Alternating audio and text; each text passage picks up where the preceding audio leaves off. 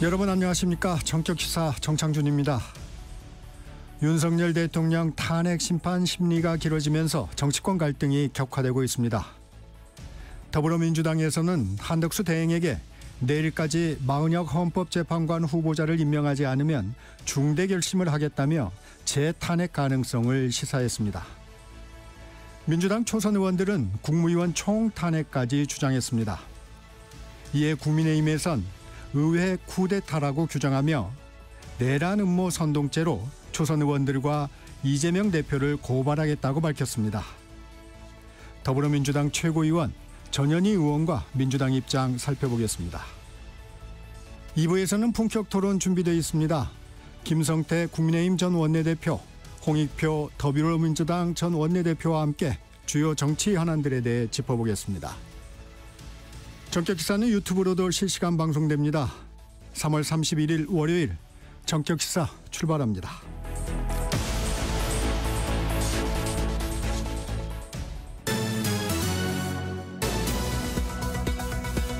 뉴스브리핑 시작합니다. 한국경제신문 최영찬 기자 나와 있습니다. 안녕하세요. 안녕하십니까.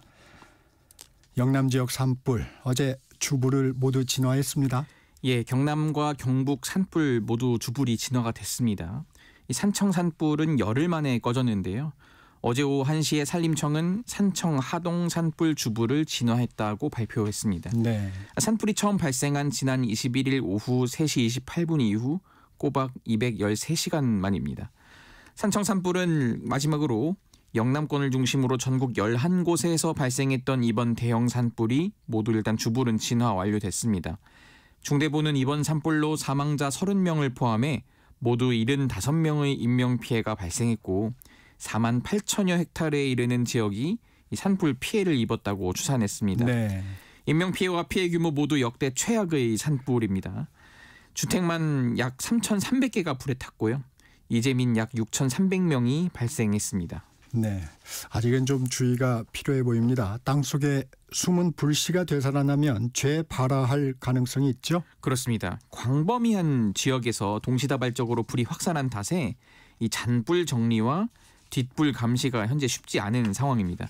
특히 땅 밑에 숨어있는 불씨가 가장 복병입니다. 산불이 발생하면 불은 나무 뿌리를 타고 땅 속으로도 들어갈 수 있습니다. 이 탈 것이 많은 낙엽층 아래로 들어간 불씨는 3일 이상까지 숨어 있을 수도 있습니다. 실제로 청송에선 두 개 마을에 어제 새벽 주민 대피령이 발령되기도 했습니다. 네. 이 갈수록 대기가 메마르는 것은 좀 걱정거리인데요. 영남권을 중심으로 내려졌던 건조특보 서울까지도 확대됐습니다. 순간 초속 15m의 돌풍까지 불 것으로 보여 만에 하나 재발화한다면 불이 다시 크게 번질 수도 있습니다. 이번 산불은 의성 성묘객 실화로 당국은 파악하고 있는데 경찰이 산림보호법 위반 혐의로 이 50대 남성 불구속 입건했습니다. 네, 의성발 경북 산불을 수사 중인 경북경찰청 산림보호법 위반 등의 혐의로 A씨를 불구속 입건했습니다. A씨는 지난 22일 오전 11시 24분쯤 경북 의성 괴산리 한 야산의 이 조부모 묘소를 정리하다 불을 낸 혐의를 받고 있습니다. 최초 발화 당시 A씨 딸은 119 상황실에 이 불이 나서 산소가 다 타고 있다며 저희 아빠랑 왔다고 신고를 했습니다. 네. 현장에는 A씨 아내 등 일가족 3명이 있었고요. 이 딸은 마을 이장의 신고를 받고 출동한 경찰에게 이 나무를 꺾다가 안 되어서 라이터를 태우려다가 바람에 불씨가 나서 산불이 났다라고 진술한 것으로 알려졌습니다. 네. A씨는 혐의를 부인하고 있는 것으로 전해졌습니다. 산림 피해 복구 등을 위해서 정부가 10조 원 규모의 추경 편성 추진하기로 했습니다. 네, 영남권의 초대형 산불을 계기로 정부가 약 10조 원의 추경을 제안했습니다. 신속하게 집행 가능한 사업만을 포함해서 진행하겠다는 취지인데요. 한덕수 대통령 권한대행은 지금 있는 예산도 적극적으로 투입하겠지만 추가적인 재원을 확보하고 이 지자체, 중앙정부, 정치권이 협력해 주택 문제라든지 종자 문제, 농기계 확보 문제 등에서 성과가 안정적으로 확보될 수 있도록 하겠다고 말했습니다. 국민의힘은 민주당이 일방삭감한 재해대책 예비비로 인해 재해 대응 재원이 매우 위태롭다며 정부의 빠른 대응을 높이 평가한다고 말한 반면 민주당에선 민생과 경제를 회복시키고 재난을 극복하는 데 유의미한 효과를 낼지 의문스럽다고 지적했습니다. 이 정치권에선 재난 예비비 공방이 이어지고 있네요. 예, 지금 이 국민의힘 기획재정위원 소속 의원들 어제 기자회견을 열었습니다. 네. 이들은 가용할 수 있는 정부의 산불 대응 예산은 2조 1천억 원 중 국고 채무 부담 1조 5천억 원을 제외하면 약 6천억 원의 수준에 불과한다고 주장했습니다. 그러면서 예비비 증액 추경 협조를 호소했는데요. 이 금액을 산불 피해 복구에 모두 사용하면 여름마다 발생하는 장마와 태풍 피해에 대응할 여력이 없어진다고 말했습니다. 반면 민주당은 재난 예비비가 아직 충분하다는 기존 입장을 계속 되풀이하고 있습니다. 네. 박찬대 원내대표 어제 기자회견에서 재난에 대비한 금액이 4조 7,800억 원 정도 있는데 기존에 잡혀있는 예산을 이 산불 피해에 충분히 투입해야 한다면서 예비비는 추경에 긴급하게 투입돼야 할 항목이 아니다라고 밝혔습니다. 네. 검찰이 문재인 전 대통령 사위 특혜 채용 의혹과 관련해서 문 전 대통령에게 피의자 조사를 통보했네요. 네, 전주지검 형사 3부는 이 지난달 문 전 대통령에게 뇌물수수 혐의 피의자 신분으로 출석할 것을 통보하고 최근 서면 조사 질의를 보낸 것으로 전해졌습니다. 검찰은 대면 조사가 이뤄지지 않는다면 이 조사 없이 기소 여부를 결정하는 방안도 검토 중입니다. 네. 문 전 대통령 측은 출석 여부와 서면 조사 응답에 대해 정해진 것이 없다고 밝혔는데요. 지금 이 사건의 핵심 쟁점은 2018년 3월 문 전 대통령의 이상직 전 의원에 대한 이 중소벤처기업진흥공단 이사장 임명과 관련해서 그해 7월 서 씨의 이 사위의 전 사위의 이 취업이 대가 관계가 있는지 여부입니다. 더불어민주당은 일제히 반발하고 나섰는데요. 사위가 노동의 대가로 받은 월급이 어떻게 장인어른에 대한 뇌물이 될 수 있냐고 강조했습니다. 집단 휴학 중이던 고려대와 충남대, 부산대 의대 학생들이 전원 복귀했습니다. 네, 서울대와 연세대 등 이른바 빅5 병원 의대생에 이어서 고려대와 충남대, 부산대 의대생들도 모두 지금 돌아왔습니다. 의대생들 복귀 대세로 굳혀지는 분위기입니다. 이 고려대 의대는 지난 21일 등록을 마감했는데 재적 통지서 발송을 앞두고 복귀를 희망하는 학생들이 많아지자 이 추가 등록할 기회를 열어준 바 있습니다. 정부가 정한 복귀 시한인 오늘 이 가천대, 건국대, 계명대, 단국대, 대구 가톨릭대, 아주대, 원광대, 한양대가 이 등록 복학 신청을 마감합니다. 이미 복귀 신청을 마친 의대 중에서도 추가 등록을 받는 곳이 나올 가능성이 있는데요. 정부는 오늘까지 전국 의대의 복귀율을 취합하고 당초 밝혔던 이 전원 복귀 여부를 판단한 뒤 이르면 이번 주 중 입장을 발표할 예정입니다. 네. 미얀마를 강타한 규모 7.7 강진, 사망자가 갈수록 늘어나고 있습니다. 예, 미얀마 군사정권 계속 성명을 발표하고 있는데 이 발생한 지진으로 인해서 2천여 명 지금 사망하고 3,400여 명이 다쳤다고 밝혔습니다. 이 정확한 사상자 수가 파악이 어려울 정도로 계속 지금 늘어나고 있습니다. 이 사망자 수가 군정의 첫 발표가 144명이었는데 지금 발표는 한 14배 이상 급증한 겁니다. 네. 지난 28일 낮 12시 50분쯤 미얀마 중부 만달레이에서 이 서남쪽 33km가량 떨어진 지점에서 발생한 지진은 12차례 여진을 동반했습니다. 이 건물과 다리, 댐 등 다수 기반 시설을 무너뜨린 이번 지진은 미얀마에서 1912년 이후 100여 년 만에 가장 큰 규모였는데요. 네. 이 지질학자 제스 피닉스는 이번 지진 위력이 원자폭탄 334개와 맞먹는다고 CNN에 말했습니다. 이 가까운 나라인 태국에도 피해를 줬는데 어느 정도인가요? 네, 지금 태국에서도 굉장히 각종 영상이 지금 돌고 있는데 네. 이 방콕에서 공사 중이던 33층 빌딩이 무너졌어요. 이것 때문에 건물 붕괴로 현재까지 11명이 숨졌고 78명이 건물 잔해에 매몰돼 실종 상태입니다.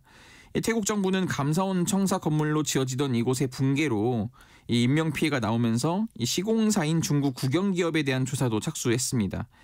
방콕시 당국은 이곳 외에도 7명이 더 숨지는 등 이번 지진으로 18명이 숨지고 32명이 다쳤다고 밝혔습니다.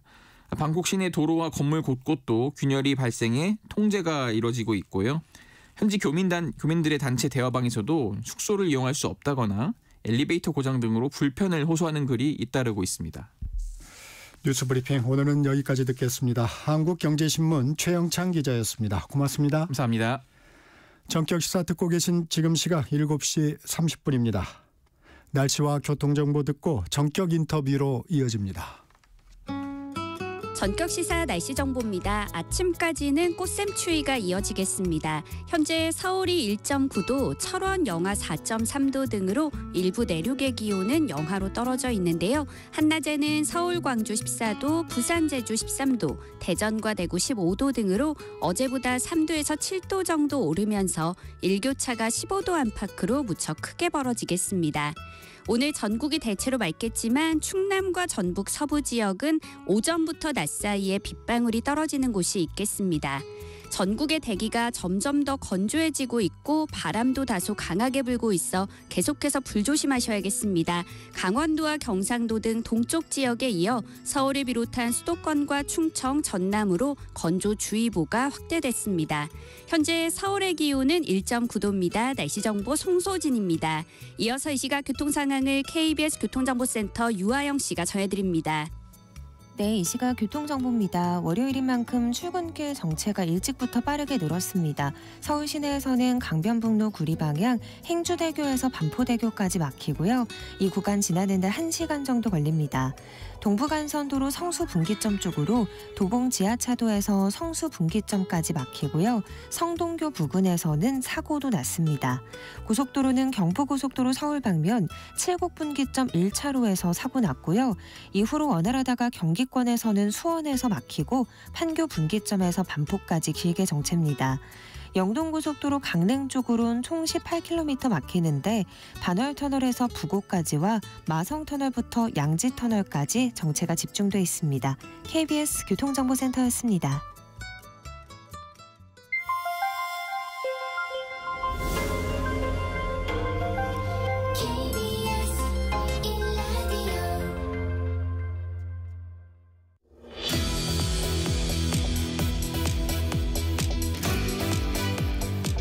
정격 인터뷰 더불어민주당 최고위원 전현희 의원 나와 계십니다. 의원님 안녕하세요. 안녕하세요.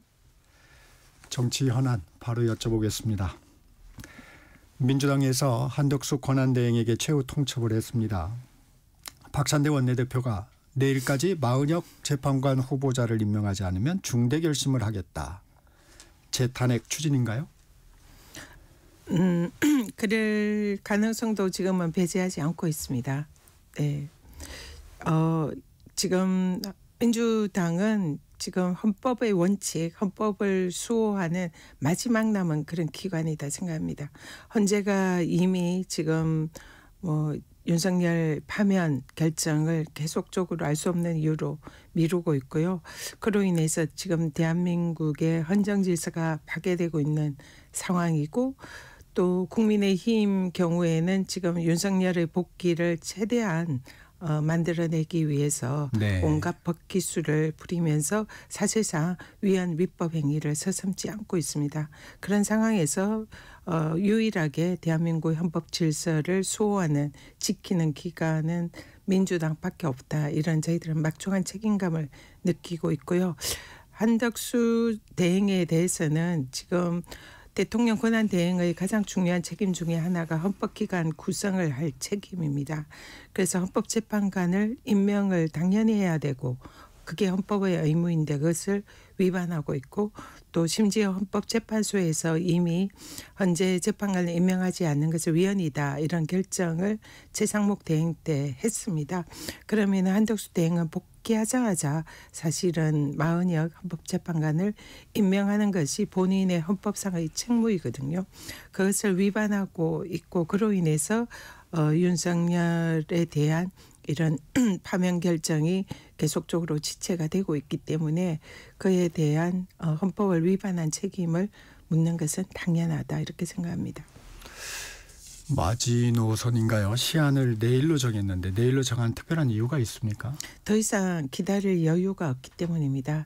지금 내일까지 마은혁 재판관을 임명을 하지 않을 경우에는 한덕수 권한대행의 이 헌법재판관 임명에 대한 의지가 없다고 보이고요. 더 이상 마은혁 재판관을 임명해라라고 촉구하는 것은 아무런 의미가 없다 이렇게 보입니다. 그래서 그 말은 다르게 말하면 한덕수 대행의 헌법을 불복하려는 그리고 헌재의 결정에 불복하는 위헌 행위를 하겠다는 의지가 너무나 명확하다 이렇게 볼 수밖에 없는 것이고요.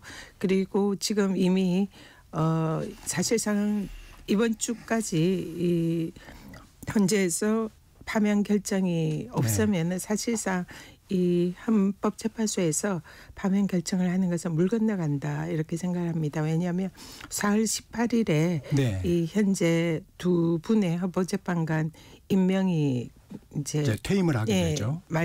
임기가 만료가 되는 거죠. 그렇기 때문에 그때는 6인 체제가 됩니다. 그러면 사실상 이 헌법재판소에서 이 인용 결정을 하는 것은 불가능한 그런 상황이 되는 것이고요. 그렇기 때문에 헌법재판소가 사실상 무력화가 될 수밖에 없습니다. 네. 그래서 그런 상황을 막기 위해서라도 최대한 민주당이 할 수 있는 모든 일을 하고자 합니다. 얼마 전까지만 해도 좀 한덕수 대행 재탄핵이나 이런 부분은 좀 신중했던 것 같아요. 민주당에서도. 네, 네. 근데 지난주 후반 가면서부터 좀 기류가 변한 것 같은데 특별한 이유가 있나요? 그 헌법을 위반했을 경우에는 사실상 거기에 대한 책임을 물어야 한다. 그게 이제 헌법 수호의 기본 원칙이다 생각합니다. 그런 원칙에 대해서는 민주당은 그동안 일관성을 유지해 왔습니다. 최상목 권한대행의 경우에도 마찬가지로 마은혁 재판관을 임명하지 않고 또 지금 대법관도 임명하지 않고 있습니다. 국민들께서 네. 잊고 계신데요. 이미 국회에서 마영주 대법관에 대해서 청문회를 통해서 이미 국회에서 절차가 완료했습니다. 대통령 권한대행은 형식적으로 임명만 하면 됩니다. 그러나 대법관도 지금 임명을 하지 않고 있는 그런 상황이고요. 그 부분에 대해서 이제 최상목 대행에 대해서는 저희들이 원칙에 기해서 이미 탄핵 발의를 했고요. 네. 한덕수 대행의 경우에는 복귀하자마자 마은혁 재판관이나 마영주 대법관을 임명하기를 저희들이 강력히 요구를 했는데 일주일이 지난 지금까지도 임명을 하지 않고 있습니다. 그래서 기류가 바뀐 것이 아니고요. 원칙적으로 대응을 하는 거다. 이렇게 봐주시면 될 것 같습니다. 이 마은혁 헌법재판관 후보자 지금 임명해야 하는 이유가 뭔가요? 지금 꼭 임명해야 되는 이유. 박근혜 전 대통령 탄핵 때도 8인 체제로 선고가 내려졌는데 지금 꼭 이 9인 체제를 만들어야 되는 이유 어떻게 보십니까? 그게 당연하고 원칙이기 때문입니다. 국회에서 3명의 헌법재판관을 국회 몫으로 추천을 완료했습니다. 그러면은 대통령이나 대통령 권한 대행은 헌법에 정해진 바에 따라서 국회의 추천 몫을 형식적으로 임명하는 절차를 거쳐야 되죠. 그런데 대통령의 권한이 아닙니다. 국회의 권한입니다. 그런데 이런 국회에서 추천된 재판관을 임명하지 않은 것 자체가 헌법 위반입니다. 그리고 최상목 한덕수 대행을 아예 임명조차 하지 않아서 저희들이 탄핵을 한 것이고요. 네. 최상목 대행의 경우에는 그중에서 2명만 이 추천 임명을 했습니다. 사실상 마은혁 재판관도 똑같이 추천을 했는데 자의적으로 마은혁은 안 돼 이러면서 선택적으로 선별적으로 임명을 한 겁니다. 그랬죠. 이것 자체도 위헌이고요. 마은혁 재판관을 임명하지 않을 하등의 이유가 없었습니다. 근데 지금 생각해서 돌이켜 보면은 이 마은혁 재판관을 임명하지 않고 2명의 재판관을 임명한 것은 이 윤석열의 파면을 막기 위해서 필요한 3명의 헌법재판관을 확보하기 위해서 2명만 투입을 한 것이 아닌가 이런 의구심이 있습니다. 그래서 결과적으로 투입된 그런 이제 재판관이 그런 역할을 지금까지 하고 있는 게 아닌가 이런 생각이 들고요. 그래서 마은혁 재판관이 들어가서 9인 체제가 되면은 이런 교착 상태를 막을 수 있는 그리고 파면을 할 수 있는 그런 현재까지는 유일한 솔루션이다 이렇게 보고 있습니다. 그렇기 때문에 현재는 윤석열의 파면을 하는 결정을 하기 위해서는 마은혁 재판관이 임명되는 것이 너무나 지금 중요하고 또 그것이 헌법에 부합하는 그런 길이기 때문입니다. 한덕수 권한대행은 왜 임명하지 않고 있을까요? 이게 반대로 생각을 하면 되죠. 한덕수 권한대행의 경우에도 처음부터 헌법재판을 임명하지 않았지 않습니까? 그 말은 이 이제 여야 합의를 좀 얘기하면서. 그런데 지금 헌법엔 여야 합의라는 단어가 없습니다. 국회에서 추천하면 대통령 대행은 임명을 해야 되는 게 본인의 의무입니다. 거기에 여야 합의라는 헌법에도 없는 그런 사유를 대는 것 자체가 어불성설이고 위헌이고요. 그럼에도 불구하고 그런 말도 안 되는 사유를 들면서 임명을 하지 않았습니다. 그런 위법 행위에 대해서는 당연히 책임을 져야 되는 거고요. 지금 한덕수 대행이 이 마은혁 재판관을 임명하지 않은 것은 반대로 생각하면 지금 마은혁 재판관을 임명을 해야만이 윤석열의 파면이 이루어질 수 있는 그런 상황이 되었잖아요. 그렇기 때문에 이것을 끝까지 막기 위해서 그리고 내란 수계 윤석열의 저희들 입장에서 볼 때는 그 복귀를 시키기 위한 그런 역할을 지금 최전선에서 하고 있다 이렇게 봅니다. 그렇기 때문에 마은혁 재판관의 임명을 끝까지 막고 헌재를 사실상 무력화시켜서 탄핵을 기각시키든지 아니면은 4월 18일까지 시간을 끌어서 이런 아예 교착 상태로 만들고 이후에 권한대행의 역할을 무리하게 또 위헌 위법을 무릅쓰고 행사해서 헌재 재판관을 임명을 해서 사실상 기각을 이끌어내겠다. 이런 지금 일종의 미션을 받지 않았나 이렇게 저희들은 추정을 하고 있습니다. 그래서 4월 1일 내일까지 이제 마지노선을 얘기를 했지만 한덕수 대행이 아마 4월 18일 두 재판관이 퇴임할 때까지 아마 임명 안 할, 만약에 내일까지 안 한다면 그런 의지로 보인다.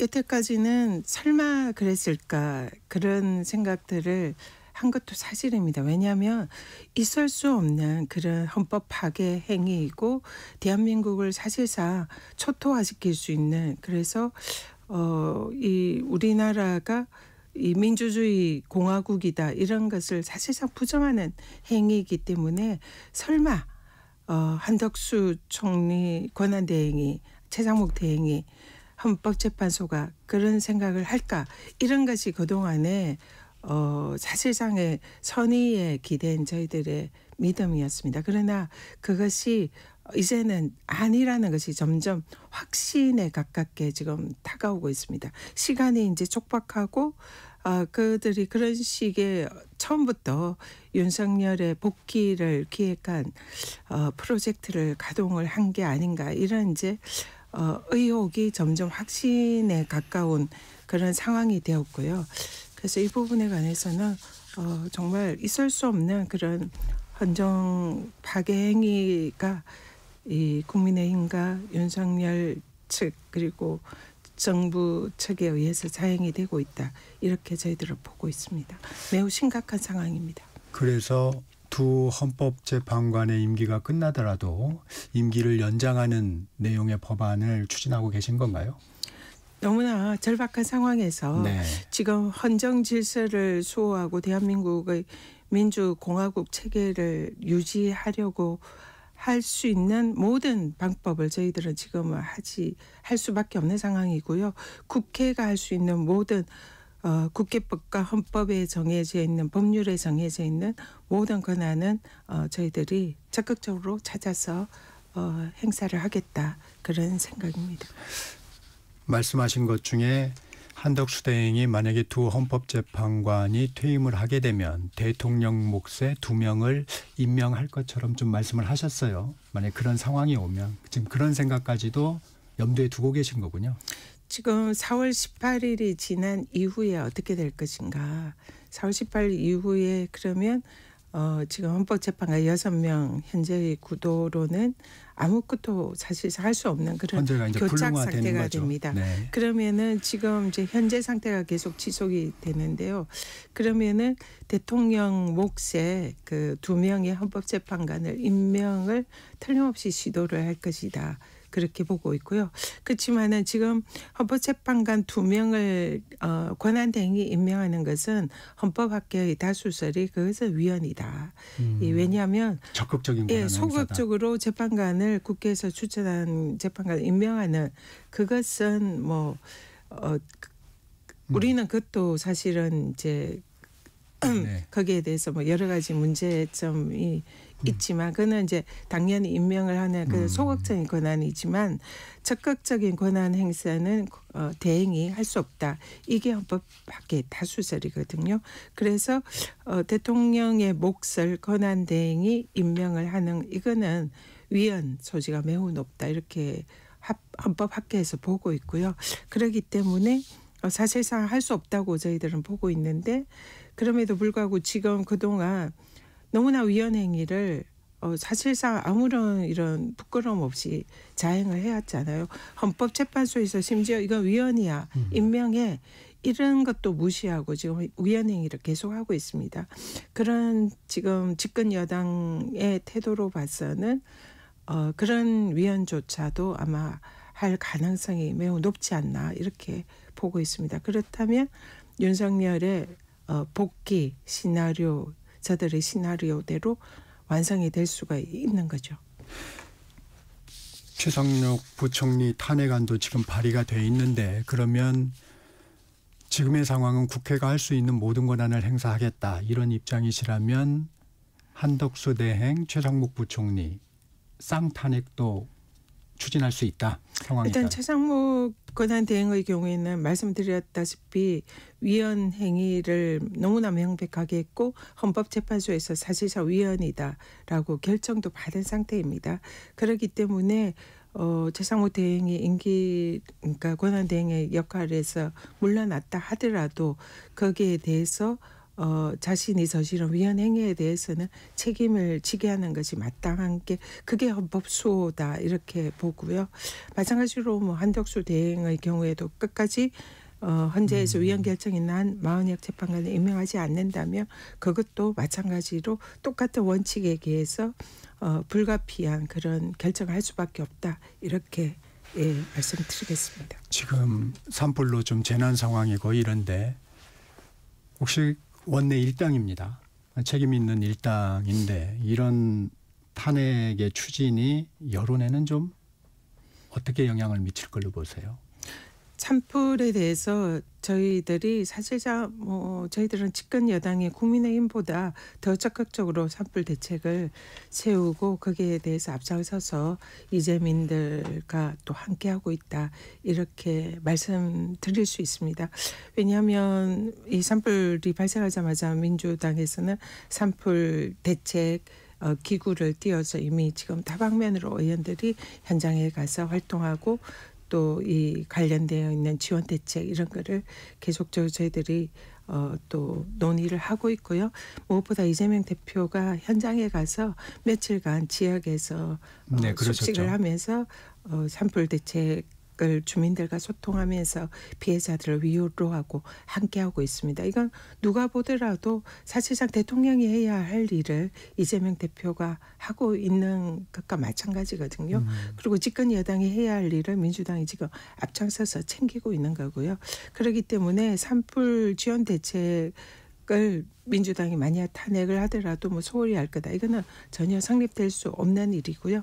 그리고 이 탄핵이라는 것은 아까도 말씀드렸지만 대한민국 민주공화국을 지키고 헌정 질서를 수호하는 일입니다. 이것을 지금 할 수 있는 그런 기관은 민주당밖에 현재는 보이지 않습니다. 지금 대한민국에서 이런 헌정 질서를 지키고 민주공화국 체계를 유지하고 지키자라고 하는 데가 민주당밖에 사실상 없잖아요. 이 공적인 영역에서는. 그래서 오히려 이런 탄핵이 역풍보다는 민주당이 정말로 대한민국을 지키고 구하기 위해서 해야 할 일을 정말 절박하게 하고 있다. 이렇게 이해해 주시면 될 것 같고요. 중도층이나 그런 민심도 아마 거기에 호응을 해 주실 거다. 그렇게 믿고 있습니다. 지난번에도 비슷한 말씀을 좀 해 주셨어요. 민주당 소속 초선 의원 70여 명이 국무위원 총탄핵까지 경고를 했는데 이 지도부의 방침은 아니죠? 네, 그렇습니다.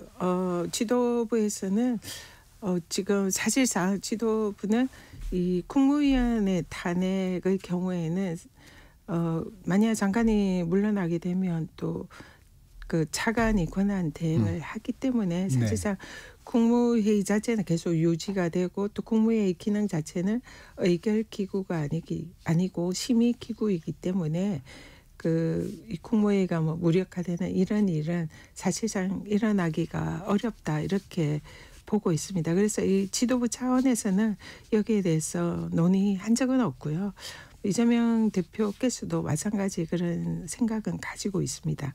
다만 지금 이제 권한 대행이 이 최상목 권한대행도 그렇고 한덕수 권한대행도 그렇고 헌법상의 자신들의 책무를 이행하지 않고 있잖아요.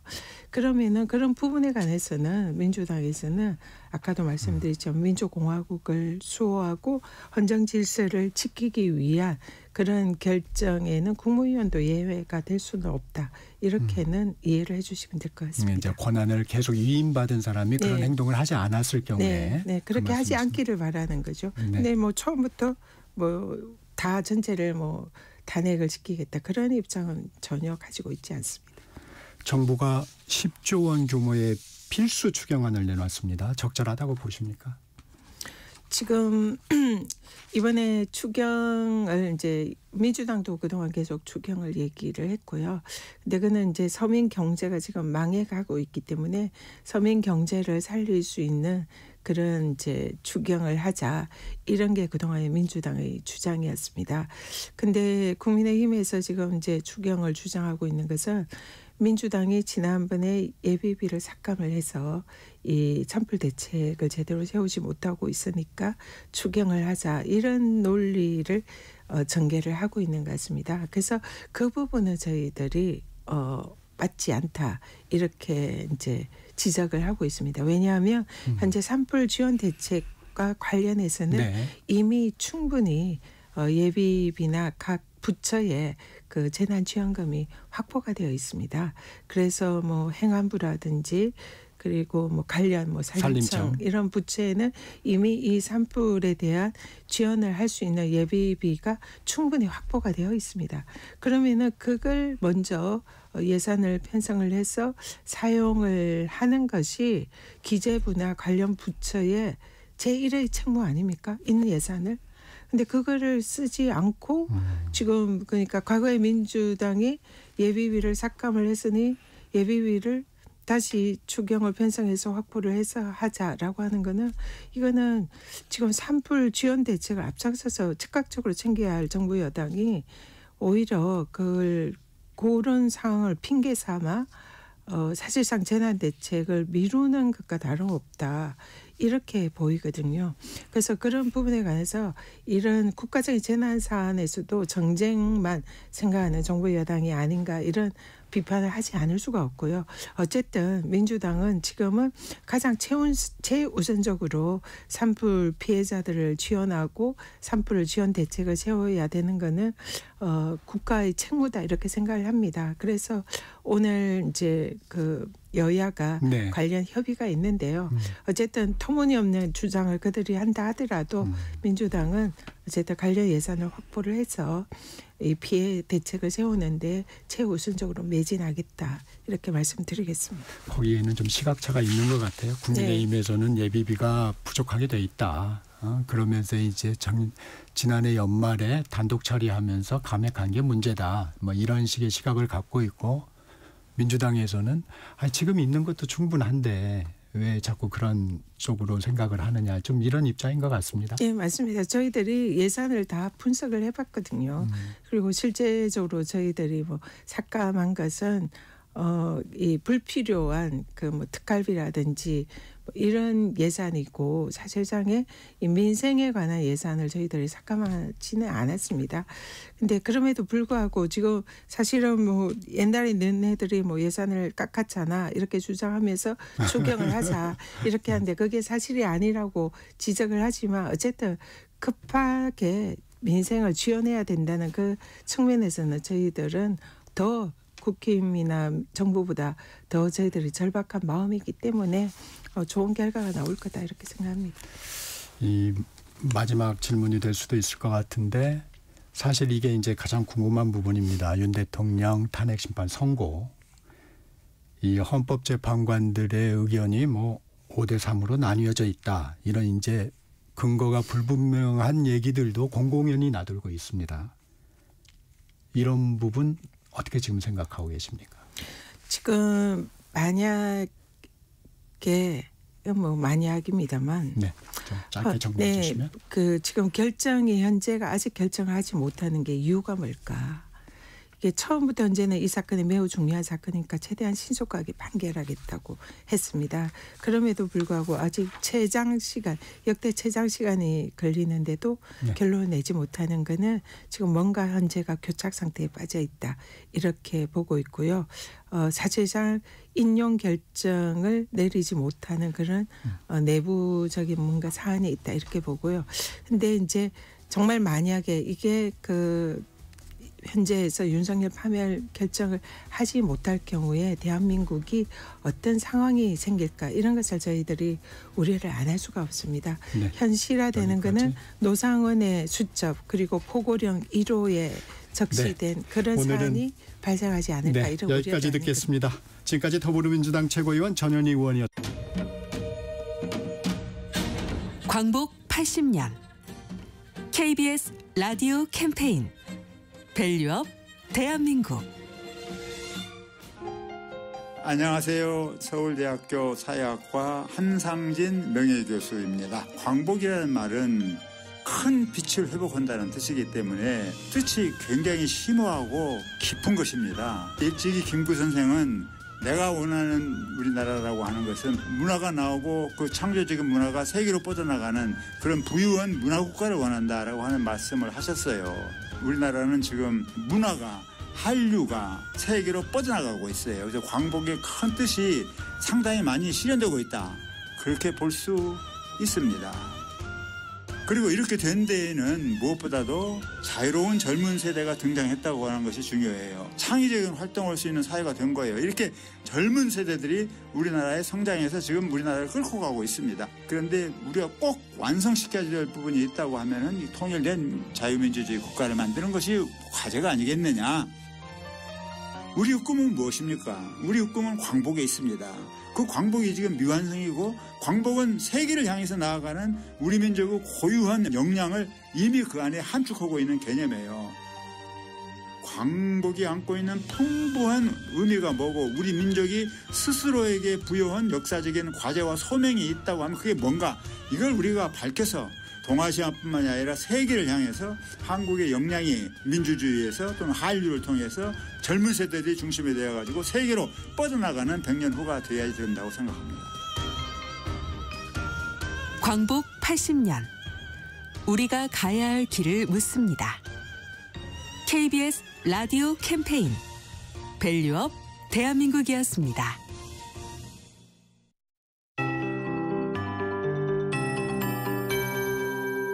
KBS 58분 날씨.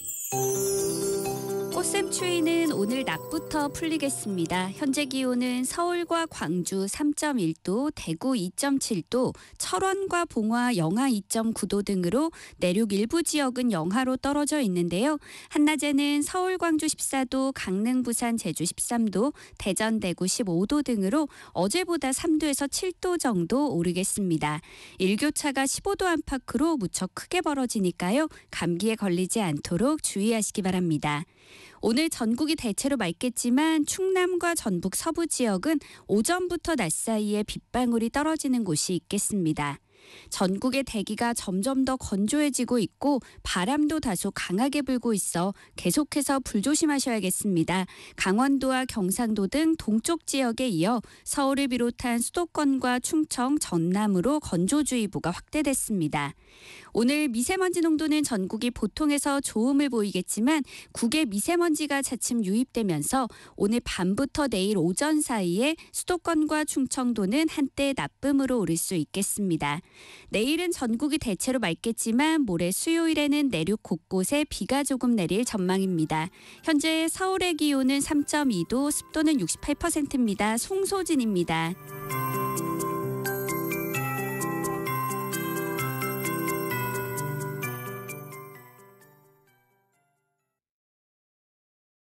정성을 다하는 국민의 방송 KBS가 8시를 알려드립니다.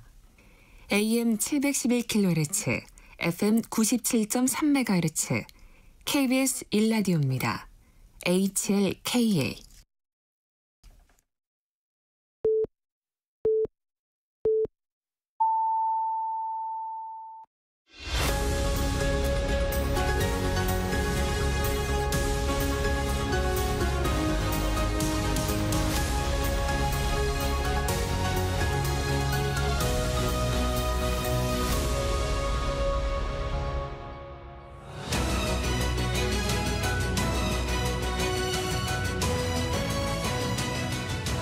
매주 월요일 정치 현안을 품격 있게 토론하는 품격 토론, 함께해 주시는 두 분 소개합니다. 김성태 전 국민의힘 원내대표, 홍익표 전 민주당 원내대표 자리했습니다. 안녕하세요. 예, 안녕하세요. 네, 반갑습니다. 정부가 10조 원 규모의 추가 경정 예산안 추진을 발표를 했습니다. 필수 추경의 개념으로 추진할 계획을 밝혔는데 정부 추진안 어떻게 보셨습니까? 김익대 대표님. 상당히 이번 추경 같은 경우는 이게 산불 지금 현재 진화는 이제 겨우 이루어졌습니다만은 그 피해 주민들이 이루 말할 수가 없지 않습니까?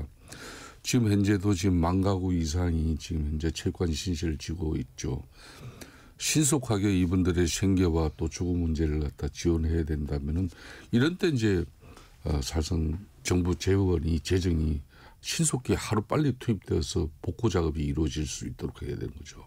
과거 이제 정치 사례를 보더라도 YSDJ 이런 야당 지도자들 같은 경우는 대려 국가적 재난 이런 재앙이 있을 때는 정부보다도 당시 더 발걷어 붙이고 앞장섰던 적이 있어요.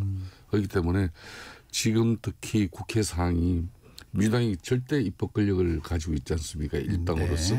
네. 민주당 이재명 대표와 박찬대 원내대표께서 좀 뜻을 모아가지고 대려 정부를 재촉해서라도 이 추경이 하루빨리 성립돼 가지고 이런 산불 진화에 또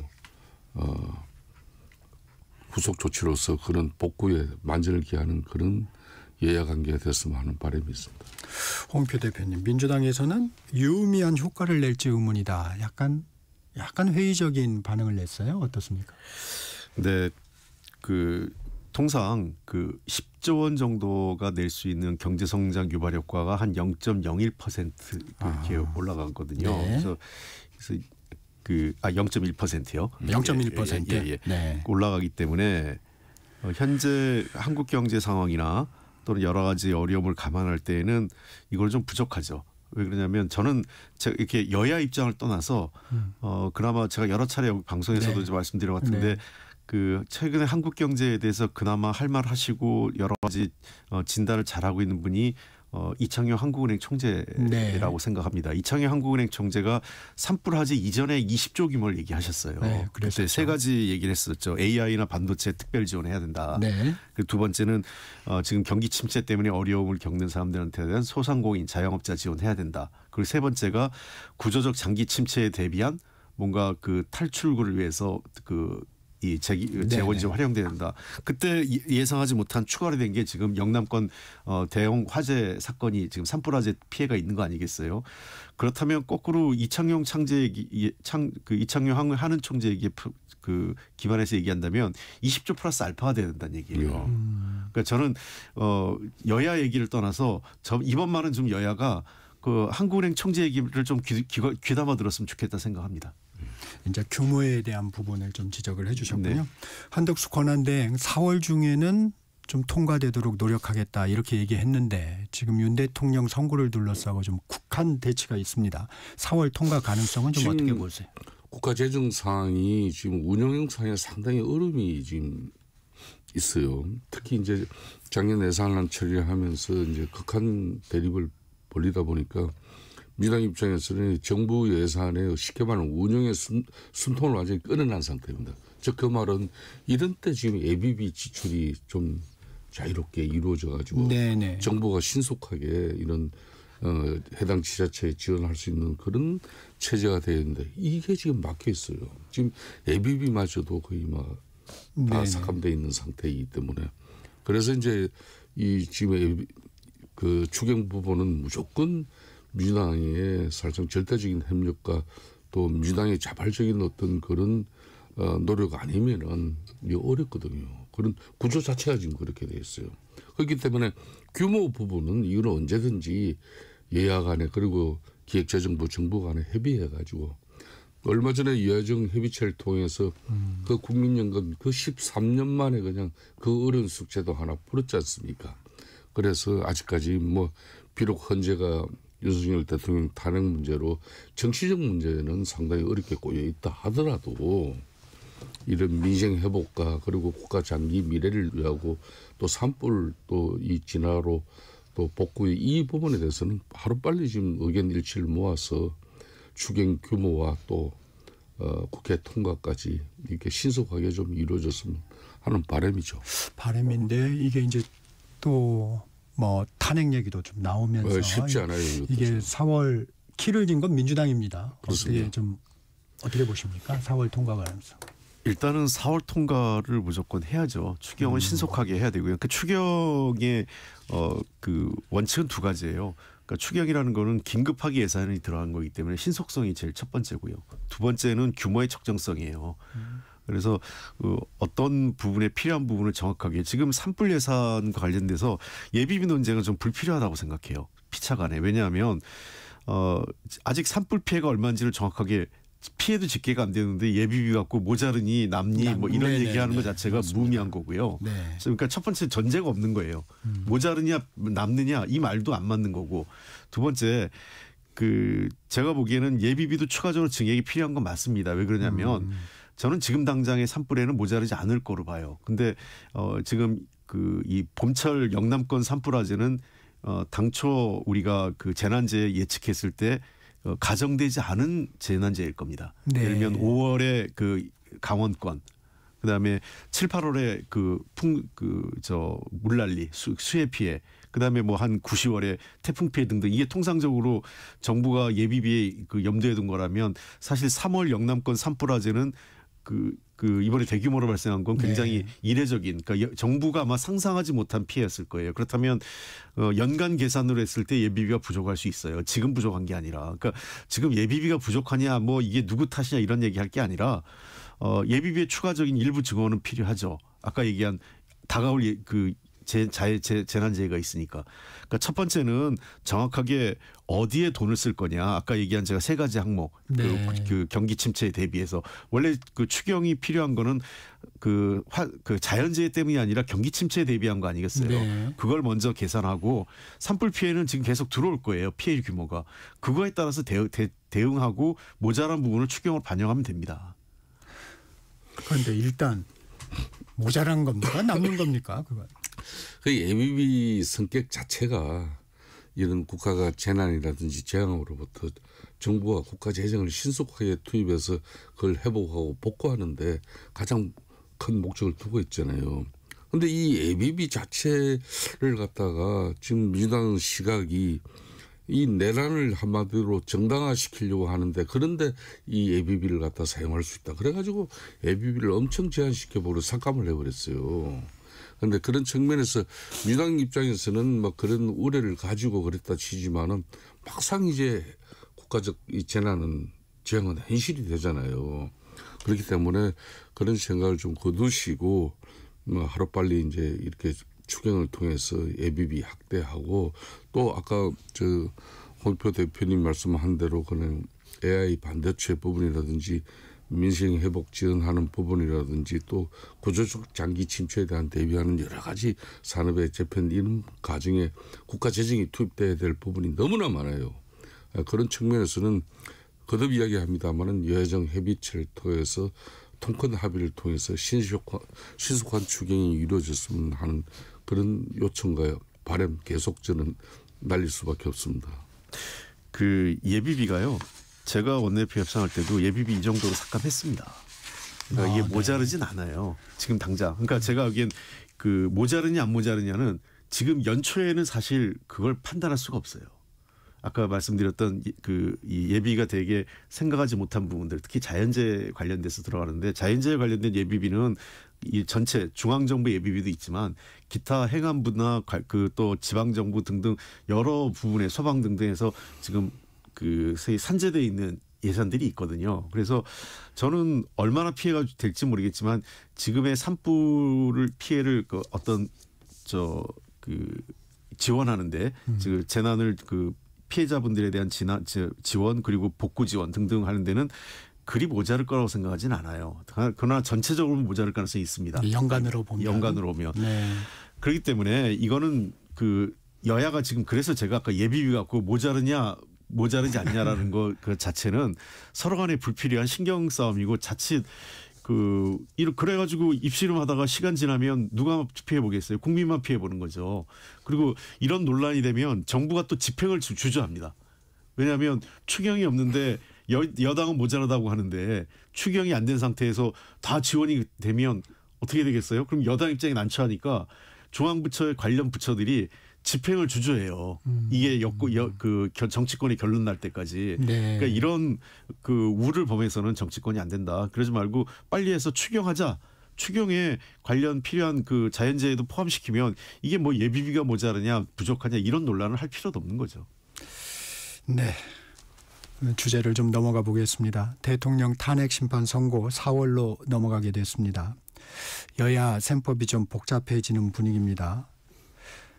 국민의힘은 민주당 이재명 대표의 항소심 무죄 선고로 탄핵이 인용돼 조기 대선이 치러질 경우에는 이 대표 독주를 막기 어렵다는 위기감이 높아진 분위기입니다. 국민의힘 상황 어떻게 보십니까? 김종태 대표는. 뭐 이재명 대표가 공직선거법 항소심 결과를 통해 가지고 이제 뭐 앞으로 만일 조기 대선이 오면은 자기가 뭐 민주당 내의 발판과 기반이 공고해진 부분에 대해서는 우리가 시비 걸 필요가 없어요.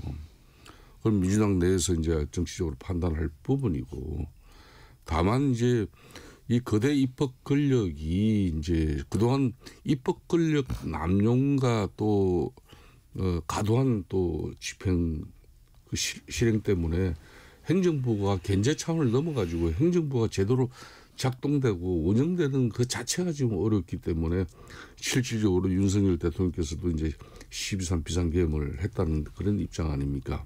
그 자체를 갖다 100% 받아들일 그 상황은 아니겠지만은 그렇지만은 그만큼 지금 중요한 현실이죠. 그렇다면은 지금 이제 이재명 대표의 항소심 결과 무죄 이후에 더 지금 현재 이 공세가 지금 민주당 입장에서 너무 거칠어요. 다시 뭐 한석수 지금 총리 지금 대통령 직무대행 복귀 6일 만에 또 탄핵하겠다는 거고, 또 헌재 재판관 임기도 이제 늘리겠다.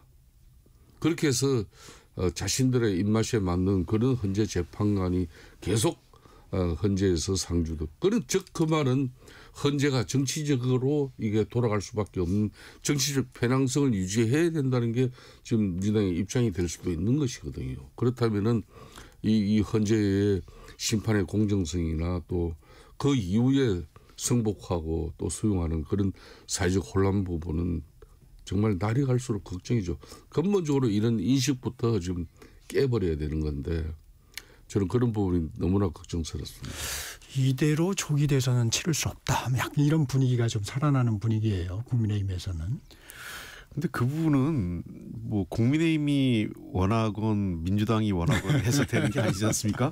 일단은 탄핵이 결정이 돼야 조기 대선이 열리는 거기 때문에 네. 제가 보기에는 정치권에서 해야 될 일은, 그러니까 저는 그런 것 같아요.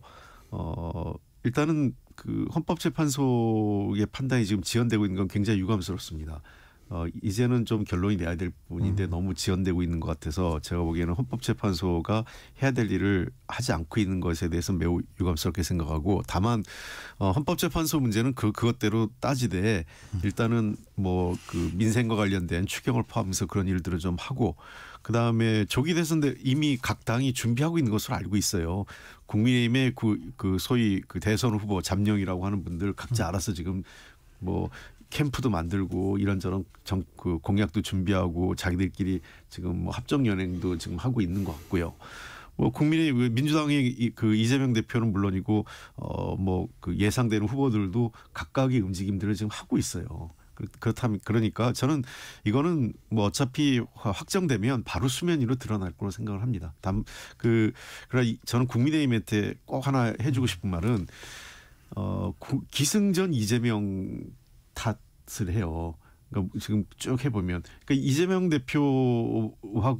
대표를 이기려고 하지 말고 국민과 함께 하려고 하는 게 이재명 대표를 넘어설 수 있는 유일한 길이다. 저는 그렇게 생각을 합니다. 그러니까 자꾸 이재명이라는 그 뭐랄까요? 우리가 그 유명한 그 정치학 정치 관련 책이 코끼리를 생각하지 마 그거 아시잖아요. 그럼 코끼리만 생각하지 않습니까? 그런 것처럼 이재명 대표라는 어떤 이 벽에 스스로 갇혀 있는 것 아니냐? 저는 이렇게 생각합니다. 민주당 박찬대 원내대표는 한덕수 권한대행에게 내일까지 마은혁 재판관을 임명하지 않으면 중대 결심을 하겠다고 했습니다. 이 부분은 좀 어떻게 보십니까, 김성태 대표? 그러니까 이제 어제 이제 박찬대 원내대표 입장에서는 제가 아까 얘기했습니다만 한덕수 지금 대행이 대통령 대행으로 복귀한 지 6일 만이에요, 그 얘기가. 그래서 이제 이 탄핵 소추 87일 만에 직무에 복귀한 이런 한덕수 대행의 그 재탄핵을 이제 시사한 내용이 어제 핵심 내용이죠. 그러니까 이제 한덕수 지금 현재 대행뿐만 아니라 최상목 대행 이 사람까지도 이제 같이 포함해서 줄탄핵으로 갈 수 있다는 것은 저는 일단은 엄포라고 봅니다. 경고이면서도 엄포라고 보는 건데 이 이제 엄포라는 그 기재에 깔린 내용을 보면은 지난 28일 날 이제 민주당 초선 의원들이 한 72명 정도 된 모양이던데 그 사람들의 입장이 이게 뭐 앞으로 다른 국무위원들로까지 권한 대행으로 계속 선결될 경우에는 국무위원 전원 총탄핵. 저는 이 탄핵까지 그 아이디어를 제공한 사람이 또 방송인 김어준 씨라 그러잖아요. 그렇기 때문에 거기 또 대체로 방송에 출연했던 사람들이 또 당내에 가서 그 주장을 세게 지금 펴고 있다고 그래요. 저는 이런 일련의 상황을 볼 때 지금 헌재가 좀 전에 홍익표 대표께서도 말씀을 했습니다마는 11차 변론기일 끝난 지가 언젠데 왜 그동안 이제 뭐 사실관계 다 확인을 했을 것이고 그럼 평일을 열어가지고 이견의 차이도 또 일정 부분 알았을 거고 그게 좁혀지지 않으면 좁혀져가지고 뭐 어느 쪽으로든 8대 0으로 하면 분명히 이제 결과에 대한 성분 문제나 사회적 혼란 문제에 대해서는 그게 큰 도움이 됩니다.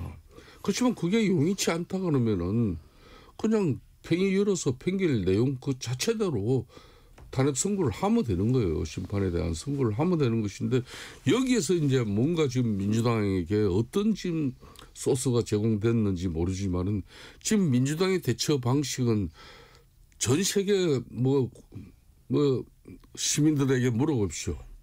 이 탄핵에 복귀한 또 직무대행을 또 탄핵하겠다고 이렇게 입법 권력 가지고 이 몰상식한 행위를 하는 부분에 대해서 누가 인정을 하겠습니까? 저는 그런 측면에서 이런 부분은 이 국격뿐만 아니라 대한민국의 미래까지도 이거는 어둡게 만드는 그런 아주 안 좋은 정치 행위이기 때문에 비록 민주당 지도부가 초선 의원들이 기자회견을 열고 뭐 이런 정치적으로 지도부에 대한 압박 행위가 있다 하더라도 그 사람들을 설득시켜서 헌재는 분명히 헌법과 법률에 의한 그런 양심에 의해서 공정한 심판을 하면 되는 것이지. 그럼 기다려야지. 그 사람들이 안 하고 있는데 어떤 수가 있어요.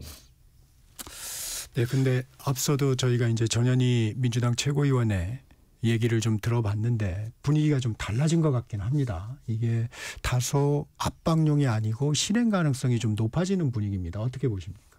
내부 분위기가 조금 강경해지는 건 맞는 것 같아요. 네.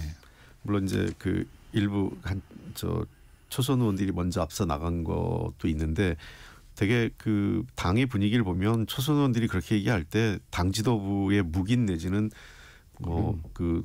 어느 정도의 그 허용 없이는 그렇게 하기 쉽지 않거든요. 이렇게 네. 중대한 사안을. 네. 그러니까 뭐 당 지도부가 탄핵을 하겠다 이렇게 결정은 안 했지만 카드를 만지작거리는 수준은 맞는 거죠. 그렇기 때문에 그런 입장이 나오는 거죠. 전혀 생각하지 않는데 그런 입장 나오면 뭐 통상 당 지도부 그 당 대표나 원내대표 등이 움직여서 그걸 못하게 해요. 그렇게 하는데 그렇게 하지 않는 걸 봐서는 어느 정도는 그러니까 할 수도 있는 카드다. 이 정도 하겠다는 정도는 아니고 여러 가지 가능성 있는 카드 중에 하나는 돼 있는 거죠. 저는 이렇게 생각을 합니다. 그러니까 4월 1일 아마 내일이 화요일이기 때문에 정기 국무회의가 있을 거예요. 그러면 네. 이 자리에서 마은혁 재판관에 대해서 어떤 정리라도 정부도 해야 됩니다. 한덕수 총리도 사실은 그 본인이 그 탄핵이 기각은 됐지만 이미 그 앞서 그 헌법재판소의 판단은 그 국회에 대한 권한 침해고 임명해야 된다라는 게 만장일치로 나왔잖아요. 그러면 이거에 대해서 어떠한 형태든 어떤 절차를 거쳐서 언제까지는 결론을 내겠다는 것은 임명하겠다는 얘기는 해줘야 됩니다. 그런데 저는 변수는 있어요. 그러니까 마은혁 재판관의 임명이 그 헌법재판소하고도 좀 상의를 해봐야 될 문제가 있습니다. 왜냐하면 만약의 경우 마은혁 재판관을 임명한다고 했을 때 4월 18일 이전까지 심리를 마칠 수 있느냐, 판결을 할 수 있느냐의 문제가 좀 변수가 될 거예요. 지금 끝까지 그 윤석열 대통령과 변호인단 측에서 문제 제기하는 게 절차적인 문제잖아요. 그럼 이제 그 변론갱신 문제가 남아요. 변론갱신 남는데 대법원에서는 이거를 간소화할 수 있기 때문에 그 10번, 한 10번 10여 차례 했지 않습니까? 10여 차례 한 걸 그대로 똑같이 하지 않더라도 한 4번 정도는 해야 될 거예요. 아하. 근데 아마 그 윤석열 대통령 변호인단은 간소화에 동의하지 않을 가능성이 높습니다. 그렇죠. 왜 그러냐면 대통령을 탄핵하는 중대한 사안인데 이거를 간소화 왜 하느냐. 이건 잘못된 거다. 이건 정식 과정을 다 밟아야 된다. 만약 이렇게 들고 나오면 자칫 4월 18일까지의 판결 이것 자체가 흔들릴 수도 있는 또 다른 위기가 올 수도 있다. 이런 측면이기 때문에 이런 내용에 대해서 사실은 제가 그 재판의 결과에 관여하라는 게 아니라 이 문제에 대해서는 헌법재판소하고 국회 그리고 그 정부가 상의를 해야 돼요. 마은혁 재판관 임명 문제와 관련돼서 임명을 하더라도 그러면 헌법재판소에 그 윤 대통령 탄핵에 관여하지 않는다든지. 그래서 결론은 18일 이전에 낸다든지 뭐 이런 이 내부적 어떤 결론이 있어야지 그렇지 않으면 또 다른 혼란과 논란이 자초될 수 있다 이렇게 생각됩니다.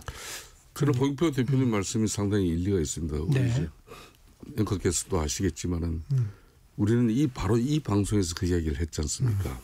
당시 최상목 대행이 두 사람을 임명하고 이 마은혁 재판관이 내정자 부분에 대해서는 다시 국회에서 합의해가지고 그러니까 정치적 편향성이 배제된 합리적 인사로 이렇게 했으면은 그때 이제 홍 대표께서도 대한변협이라든지 이런 데다가 추천을 받아가지고 그걸 국회에서 그러면은 다시 재의결해가지고 넘겼으면은 벌써 이 문제는 해결됐을 거 아닙니까? 굳이 자유민주주의 근본적으로 체제에 대한 불확실성 그런 엄청난 누가 봐도 저는 헌법 수호의 의지를 가장 강하게 담아야 될 그런 헌재 재판관의 자격을 부여할 정도로 그분에 대한 그런 사상적인 측면이나 그런 여러 가지 정치적 편향성에 대해서도 정말 국민적 우려가 있는 그 사람을 굳이 민주당이 이렇게 강행하려고 하는 것은 그건 뭡니까? 이건 국민의 뜻을 너무나 이거는 민주당이 일방적으로 그냥 배제한 거거든요.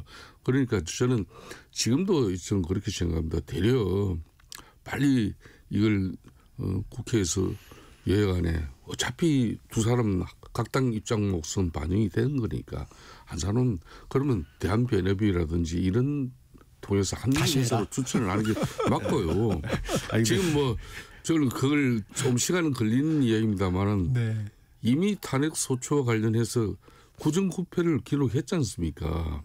또 엄청난 국민적 비판을 받았던 민주당이 또다시 한덕수 대행 이 탄핵을 밀어붙이는 데는 그만큼 마은혁 재판관 임명이 윤석열 대통령 탄핵 심판의 중요한 변수로 판단하고 있기 때문이에요. 대표님, 이 궁금한 게 지금 저희 홍익표 대표님이 얘기하신 예를 들면 한덕수 저희 권한대행도 뭔가 이제 탄핵 얘기도 나오는데 뭔가 자기의 일정에 대해서 좀 얘기를 할 필요가 있지 않느냐 하는 의견에 대해서는 좀 어떻습니까? 한덕수 대행 입장에서도 이제 내일인가요? 지금 이제 국무위원 간담회를 갖다 이제 소집했잖아요. 다양하게 지금 이제 이 정국에 대해서 자신이 또 대행으로서 아주 절제된 대행의 역할에 벗어나 가지고 가령 이 헌재 재판관 임명이다, 장관 임명이 이런 거 지금 행안부 장관 이 산불나고 국방부 장관 이 북한에 엄청난 도발 행위가 있음에도 불구하고 임명을 못 하고 있는 건 뭡니까? 그러니까 대행으로서는 절제된 아주 소극적인 대응의 입장을 유지하고 있는 거거든요. 그런데 현재 재판관 임명이라든지 장관들 임명 이런 거는 상당히 대통령 직무를 적극적으로 대응하는 입장이랍니다. 그 차이가 커요. 그런 부분을 일정 부분 이제 국무위원들과 또 논의도 할 것이고, 거듭 이야기합니다만은 이 정치적 편향성이 계속 헌재에 그게 반영돼 가지고 그 결과를 국민들 보고 수용하라 그러면은 더구나 일국의 대통령 탄핵 문제를 다루는 재판관 임명에 관한 문제인데, 그렇기 때문에 저는 그 부분에 대해서도 지금 민주당 입장에서도 지금 현재 뭐 헌재가 뭐 5대3의 이런 교착설이 부상하고 있고 뭐 또 문행배 이미선 재판관의 임기가 이제 4월 18일 종료되기 때문에 상당히 지금 하급하고 초조한 심정은 100번 이해를 가요. 그럴수록 헌법과 법률을 지켜야지 어떡합니까? 지금 현재 여차 잘못하게 대통령 대행과 또 국회 이런 정치가 가미된 헌재하고의 뭐 좀 일정 부분 조율이 이루어지면요, 이건 더 엉망돼 버립니다. 저는. 오히려 헌재하고의 그런 얘기가 오가는 부분에 대해서는 그렇습니다. 이 말씀을 하셨으니까 홍익표 대표님 5대3 교착설은 동의하십니까? 아니요, 제가 지금 잠깐 말씀하세요. 좀 몇 가지를 정리해야 돼. 네. 우선 저는 그 마은혁 재판관은 임명을 해야 된다고 봐요. 아까 그 우선은 과거에 뭐 이분이 그 재판관이 되기 전에 이러저런 활동을 한 거하고 재판관 이후에 그 사람의 그 정치관이나 또는 가치 체계를 의심하는 거하고는 다르다고 생각을 해요. 뭐 국민의힘에서도 과거 뭐 소위 얘기해서 NL 주사파 활동이나 그 학생 운동하면서 사회를 뭐 극단적인 운동을 했던 분들이 계시잖아요. 근데 그 이후에 계속 그럼 우리 사회의 가치 체계나 법 질서를 부정했느냐, 그건 다르거든요. 마은혁 재판관이 그 판사로 그 활동하면서 그러한 판결을 한 게 있느냐를 갖고 판단을 해야지 과거에 그랬으니까 그렇다 이렇게 볼 수는 없다를 보고요. 그리고 두 번째는 마은혁 재판관은 이미 국회에서 표결 절차를 거쳤다는 겁니다. 제가 아마 좀 더 바꿔보자 이렇게 얘기했던 거는 국회 표결 전에 얘기고, 표결이 끝난 상태에서는 이거는 바꿀 수가 없는 거예요. 그렇게 국회 표결이라는 거는 국민을 대표해서 국회의원들이 하나의 그 법 체계에 따라서 국회법 차에 따라서 절차적으로 처리한 거거든요. 이거를 임의로 내릴 수도 없는 거예요. 국회 스스로의 권위가 있는 거기 때문에. 그래서 저는 마은혁 재판관의 임명을 해야 되는데 한덕수 총리 입장에서는 전 두 가지 분명히 밝혀야 된다고 생각해요. 첫째는 헌법재판소의 마은혁 재판관 임명에 관련된 입장을 따르겠다. 존중한다 정도가 아닙니다. 이거는 헌법재판소의 결정이기 때문에 따를 수밖에 없다. 그래서 임명을 하겠다. 다만 이 문제는 탄핵과 관련돼서 어떤 영향을 줄 것인지, 그러니까 이 탄핵이 재판이 늦어도 4월 18일 전에는 나와야 되기 때문에 그런 과정에 어떤 영향을 줄 건지에 대한 판단을 해서 내가 그 임명할 수밖에 없다라는 얘기는 분명히 밝혀줘야 되고요. 헌법재판소와 관련된 저는 뭐 5대3, 6대2 뭐 등등의 얘기가 나오는데 네. 전혀 저는 이거는 그 어떤 정보에 의한 판단은 아니라고 생각해요. 전부 다 그 기간이 늘어지면서 나오는 판단이고, 이럴 때일수록 법과 질서에 따른 판단, 그러니까 그 정보력에 의한 판단이 아니라 우리가 상식적인 판단을 하고, 소위 이런 정치 토론에 나오면 그런 입장을 해야 되는 거 아니겠어요? 저는 지금도 8대 0이라는 입장에는 변함이 없습니다. 여기까지 듣고 본격 토론 잠시 쉬어가겠습니다. 전격시사 2부 여기서 마칩니다. 전하는 말씀 듣고 3부로 이어집니다.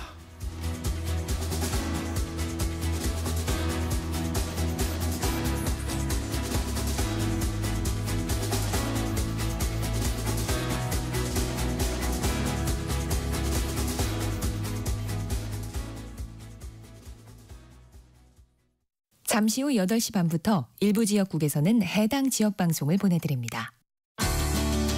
워렌 버핏은 가치 투자, 필립 피셔는 성장주 투자, 피터 린치는 장기 투자. 방법은 달라도 목표는 하나.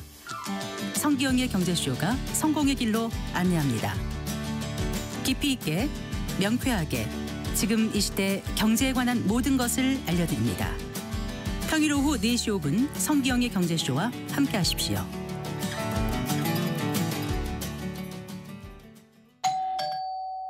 편지 왔습니다. 퇴근길 지친 당신에게 힘이 되는 뉴스를 전해드립니다.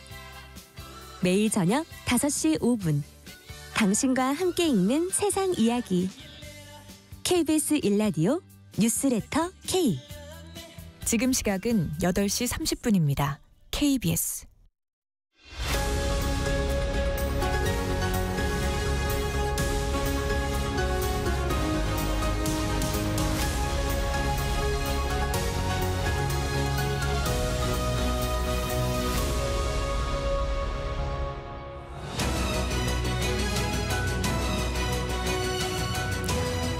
본격 토론 이어갑니다. 김성태 전 국민의힘 원내대표, 홍익표 전 민주당 원내대표 함께하고 계십니다. 제가 조금 말을 한번 아까 마무리 못한 홍익표 걸 원내대표 말씀 주시죠. 좀 마무리하겠습니다. 저는 이럴 때일수록 좀 더 원칙적이고 상식적인 전망을 해야 되지 않을까 생각을 합니다. 저는 기본적으로 여전히 헌법재판소에 이 문제가 인용되지 않는다면 도대체 우리나라의 헌법과 법질서는 어디로 갈 거냐는 근본적인 문제 제기를 하고 싶어요. 그런 측면에서 저는 여전히 헌법재판소에서의 최종적인 결론은 8대 0이다 인용될 거라고 생각을 하는데, 다만 지금 그런 헌법재판소의 논의는 별도로 하더라도 지금 국회 국정 운영을 전체가 마비되지 않도록 하는 것이 서로의 정치력이 필요합니다. 아까도 말씀드렸지만 헌법재판소는 최소한 일정, 지금 언제까지는 하겠다라는 일정 정도는 국민에게 밝혀드리는 게 최소한의 국민의 알 권리에 대한 헌법기관의 책임이라고 생각하고요. 한덕수 대행이 이 국정을 파행으로 끌고 가지 않으려면 민주당이 탄핵을 하겠다고 하는데, 그러면은 탄핵이 안 되도록 자기도 정치력을 발휘해야 되잖아요. 끝까지 그러면 해봐라 이런 식으로 맞불을 놓는 것도 바람직한 건 아니지 않습니까? 그렇다면 아까 말씀드린 대로 마은혁 재판관 임명에 대한 원칙적 입장을 분명히 밝혀야 되는 거고요. 그리고 세 번째,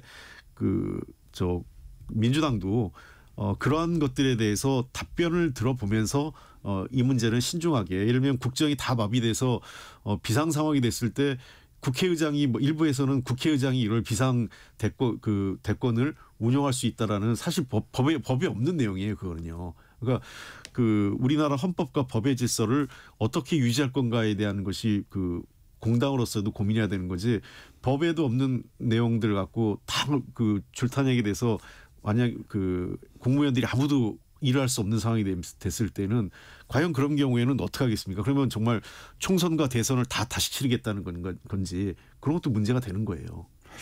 이 김성태 대표님, 그렇습니다. 지금 탄핵 심리가 길어지고 있는데 5대3 교착설이 나오고 있습니다. 이런 부분들 좀 이런 거죠. 한마디로 말해서 찐빵을 주문했는데 앙코가 빠진 찐빵이 배달되어 왔어요. 그래서 다시 이 찐빵을 갖다가 나는 사지 않겠다, 다시 반품을 시켜버렸어요. 그런 문제가 생깁니다. 쉽게 말하면 국회에서 탄핵소추 의결될 당시에는 분명히 내란죄가 그 탄핵소추 의결 내용의 핵심의 한 70% 이상이 되고 있는데, 그 내란죄 부분을 갖다가 빼고서 오로지 조기 탄핵 심판 그냥 정치적 목적에만 눈이 멀어가지고 여기에 헌재와 또 민주당 탄핵 소추팀 간의 합의로 인해서 그걸 뺐단 말이에요. 당연히 윤석열 대통령 측 탄핵 소추 변호인단은 배제된 가운데 엄청난 중대한 헌결이 생긴 거죠.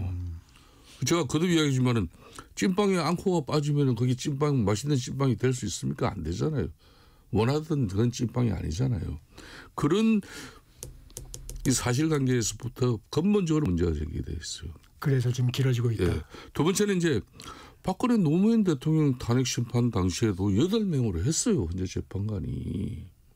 한 명이 그때 급하게 임명을 못할 상황이도 어떤 연유로 되어 있던 간에, 그럼 현재 구성되어 있는 그 재판관들로서 헌법적 요건이 완결되지 않으면 또 모르지만은 충분하게 그 요건이 완결되고도 남아요.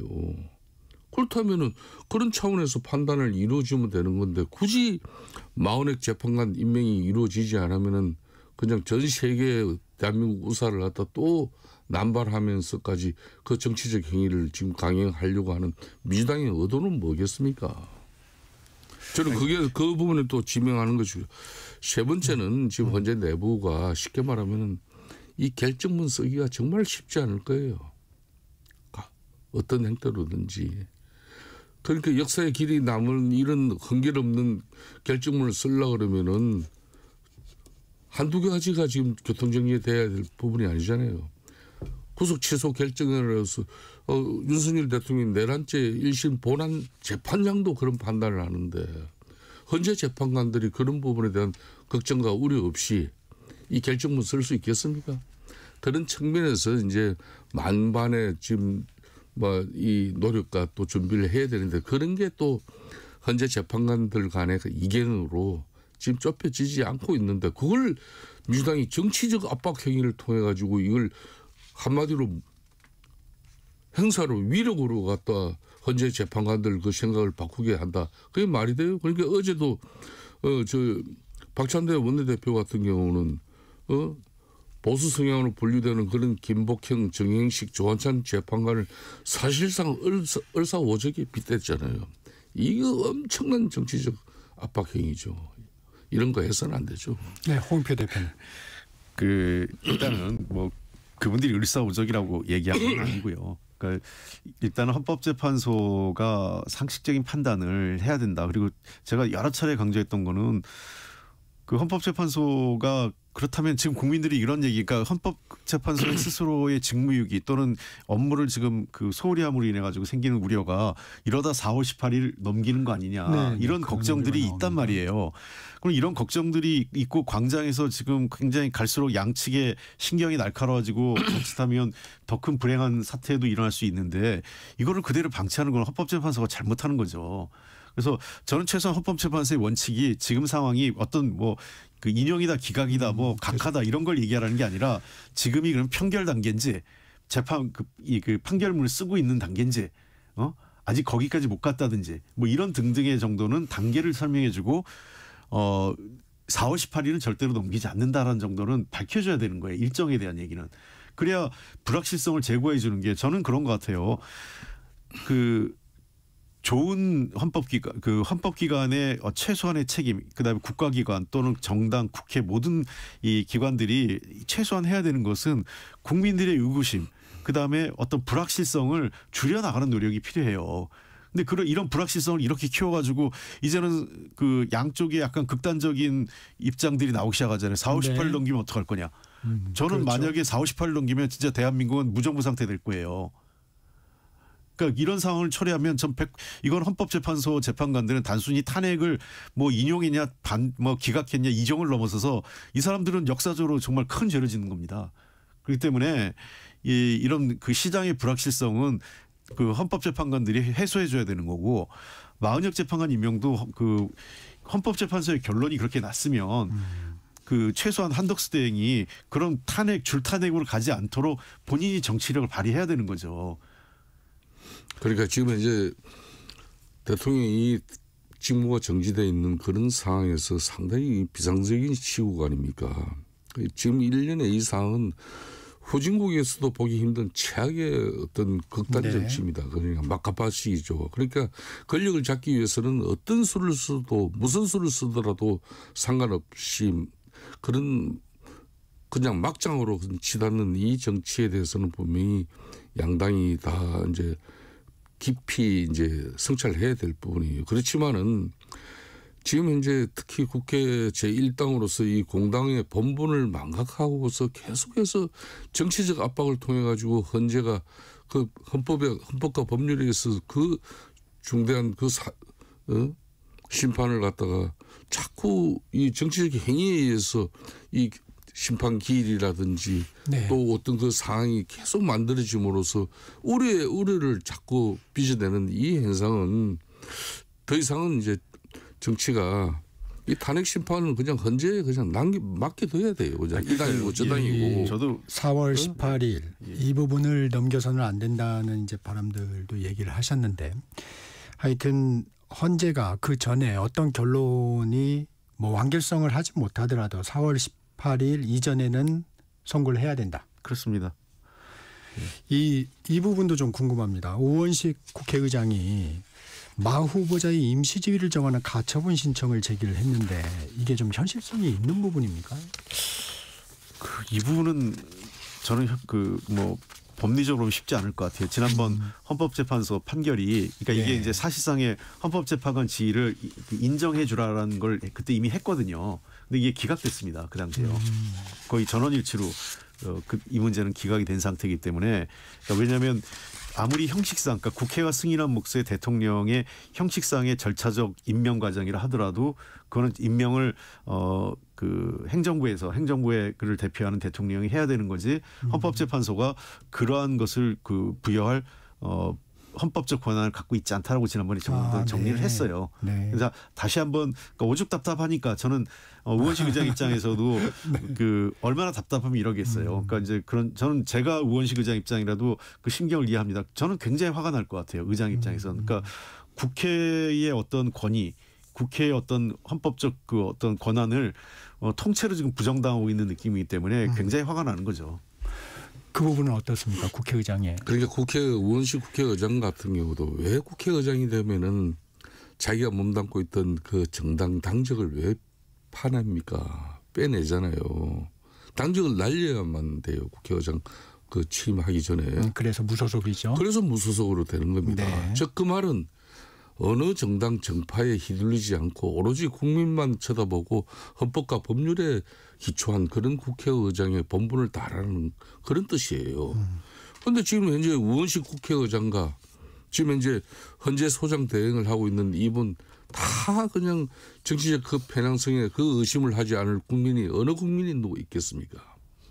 이런 국회의장이나 현재 소장 대행 이런 분들이 변론길 진행 과정이나 어떻게 재판장에서 대통령 탄핵을 다투는 그런 재판장에서 그냥 분초를 다투는 그런 알람 시계까지 갖다 놓고 그렇게 하면 그렇게 경직된 이 탄핵 심판을 갖다 진행하는 그런 경우가 어디 있습니까?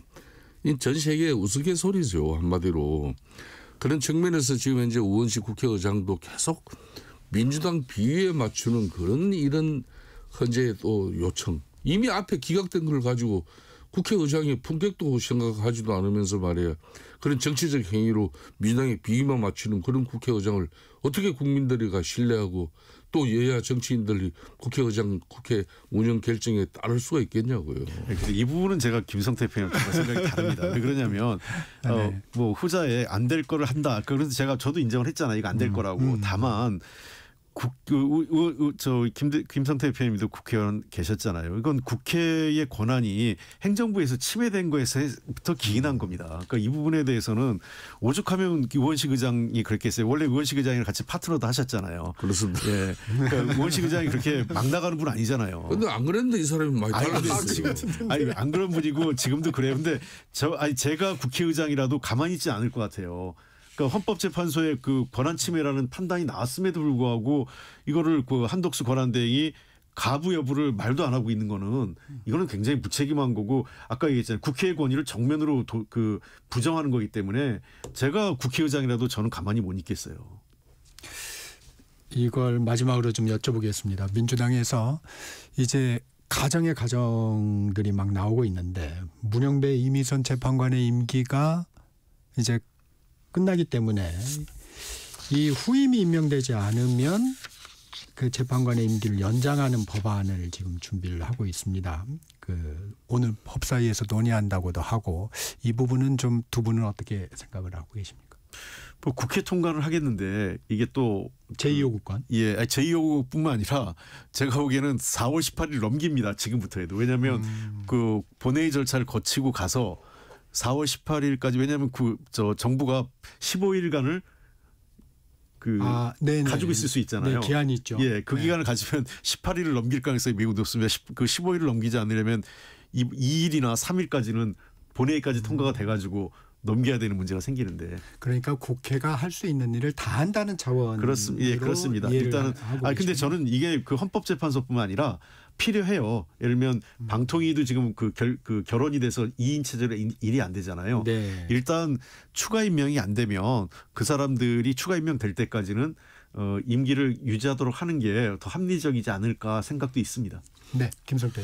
뭐 공공기관장 같은 경우는 후임 인선이 이루어지기 전까지는 계속 그 임기가 종료되더라도 연장이 되죠. 자동으로. 지금 현재 그 적용이 되고 있습니다만은 지금 현재 재판관 임기 연장에 관한 법률이 개정안을 발의하는 데 있다는 것은 공교롭게 지금 문행배 이미선 재판관 4월 18일 임기를 앞두고 지금 더군다나 헌재가 정치적 뭐 소용돌이에 이렇게 지금 몰려 있지 않습니까? 그런 시점이기 때문에 지금은 맞지 않지만은 앞으로는 이런 각급 뭐 특히 헌법기관들에 대해서도 그런 뭐 일부 그건 당연히 이제 이런 법 같은 경우는 반드시 여야 간의 합의에 의해서 처리해야 되고 신중하게 검토돼야지 문제죠. 그렇지만 이제 재판관 임기 연장에 관한 이 법률 같은 경우는 민주당 입장에서는 너무나 4월 18일을 지금 고려하고 있는 것이고 왜 초선 의원들이 줄탄핵까지 이렇게 암시하고 있는가.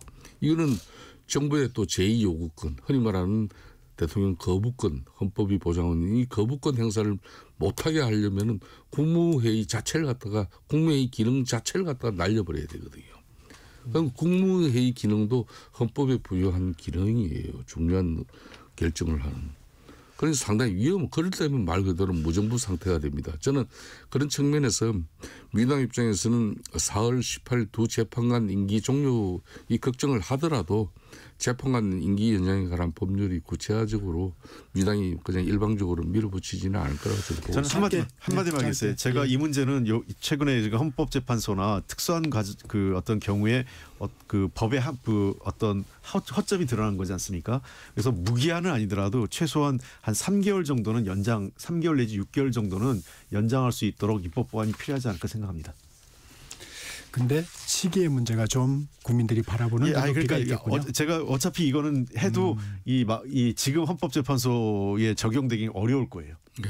네, 오늘은 여기까지 듣겠습니다. 품격 토론 김성태 전 국민의힘 원내대표, 홍익표 전 민주당 원내대표와 함께했습니다. 고맙습니다. 예, 감사합니다. 정격시사 듣고 계신 지금 시각 8시 46분입니다. 예, 고맙습니다.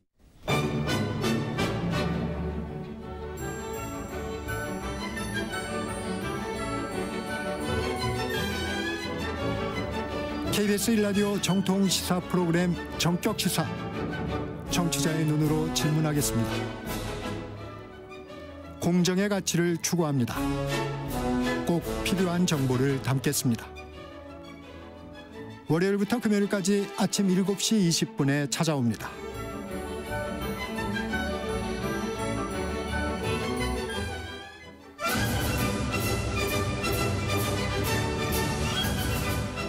스포츠로 활기차게 한 주 시작합니다. 스포츠 원데이 KBS 김한수 기자와 함께합니다. 김 기자 안녕하세요. 네, 안녕하세요. 지난 주말에 프로야구 창원 경기 중에 관중이 다치는 사고가 발생했습니다. 네, 세 분이 다치셨는데 이게 그 매점 위에 있는 그 경기장의 구조물이라고 해요. 그러니까 장식품 같은 건데 이게 금속 재질이었는 모양입니다. 강풍도 많이 불고 막 그래서 그런지 이렇게 떨어졌어요. 네. 그래서 한 분은 머리를 맞았고 한 분은 어깨를 다쳤고 또 한 분은 그나마 좀 다행입니다. 근데 이제 머리를 맞으신 분이 조금 상태가 안 좋아서 중환자실에 입원해 있는 상태예요. 그러다 보니까 어제 예정된 NC와 LG의 경기가 취소됐습니다. 뭐 29일 경기는 끝까지 치러냈는데 그러다 보니까 안전점검을 해야 되잖아요. 그래서 SSG하고 이 NC의 경기 내일부터 있는 그 세 경기는 무관중 경기를 일단 치르기로 했습니다. 네.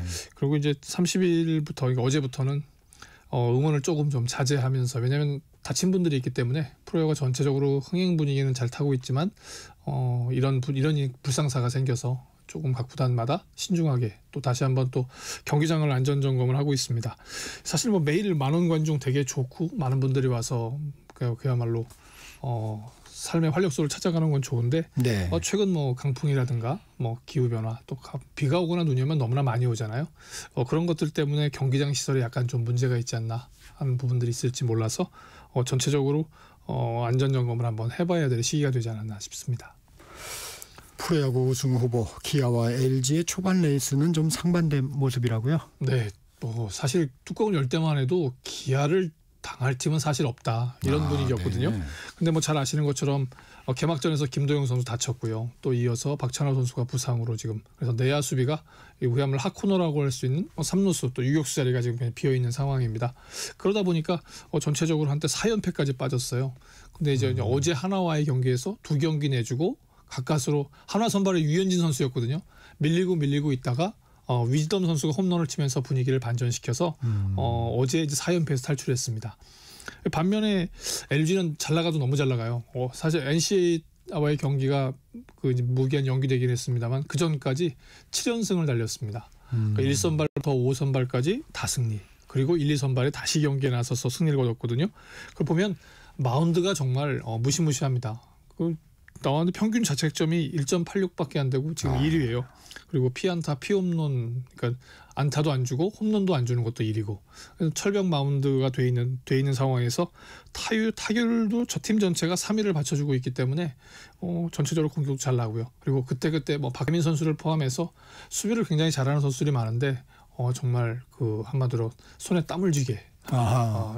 환호가 나게 하는 그런 수비를 잘해줘서 사실 LG는 너무 승승장구하고 있고 우승 후보인 기아는 조금 이렇게 좀 주춤한 상태거든요.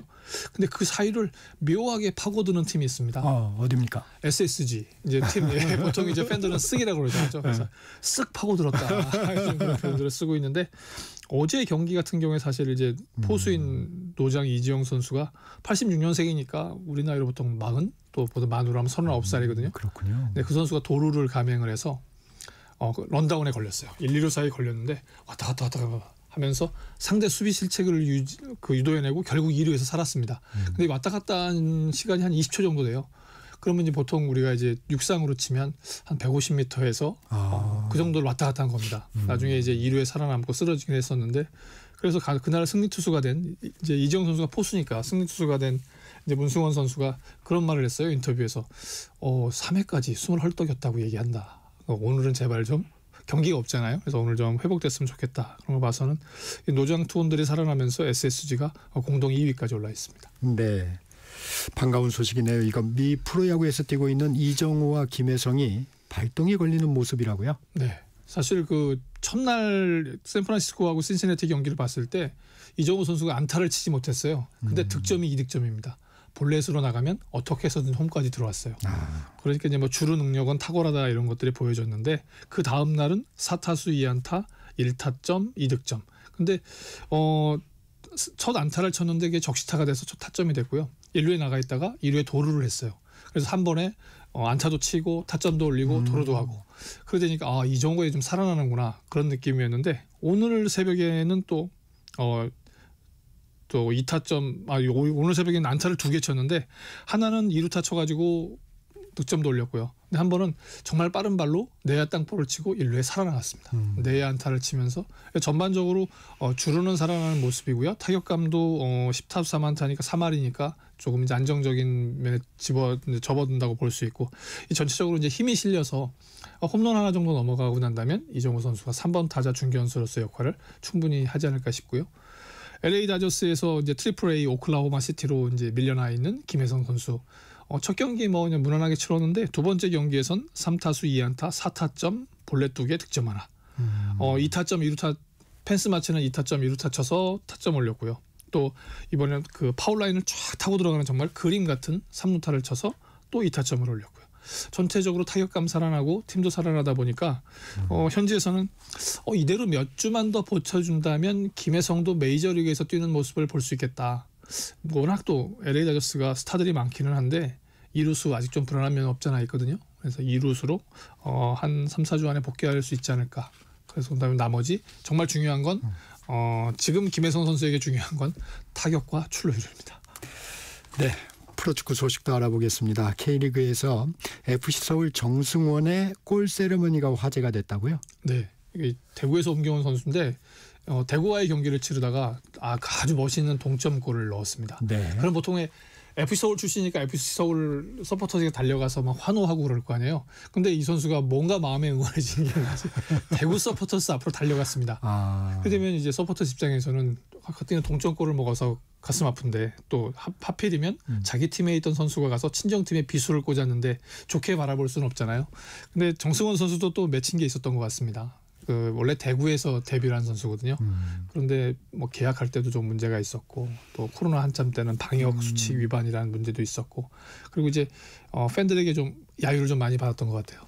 그러다 보니까 그 한풀이를 하러 갔었는데 그러다 보니까 사실 스포츠에서 그런 것들이 있거든요. 결정적인 순간에 상대를 자극하지 않는 게 룰 같은 거였는데 조금 본인의 의도와 다르게 좀 과장이 됐어요. 본인은 끝나고 나서 친정팀에 골을 넣고 내가 이만큼 성장했다는 걸 보여주려는 거였는데 좀 뭐랄까 좀 맥락이 맞지 않았다.